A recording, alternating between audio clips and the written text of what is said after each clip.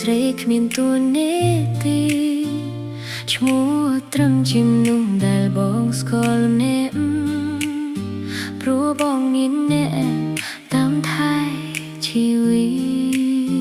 តរវាងពួកយើងទាំងពីរប្រត់ពីពងវាងភ្លើគ្នា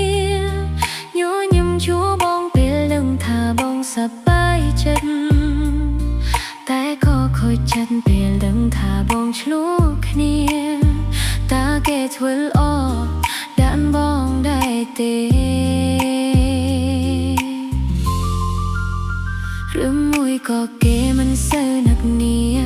ប្រាប់អូនបានទេពុំងារចង់ដឹងថាបងមានអ្នកថែព្រោះបងមានសង្សារព្រោះបងមានសង្សារប្រាថ្នាថែបងមិនបាន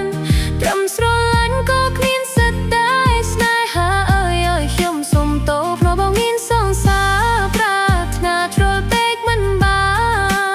នអូនត្រឹមតែជាអ្នកក្រៅព្រមដែរណារំមកយំរាល់ថ្ងៃ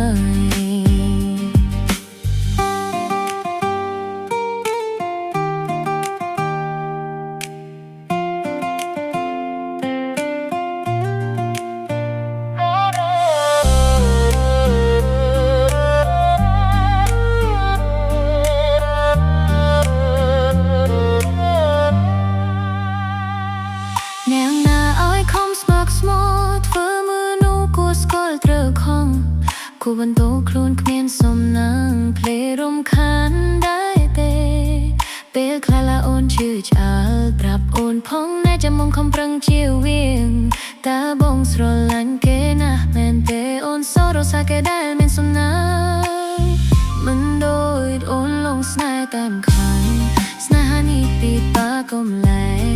តែដងអូនព្រមមិនបានទេតែអូននៅតែស្ងៀមឆ្ងាយ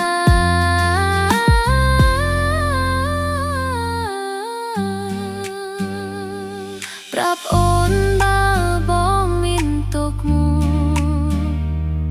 អូននឹងដោកចិនខ្លួនឯងប្រាប់អូនបើគេថែបងល្អអូននឹងទៅបាត់ស្រមោ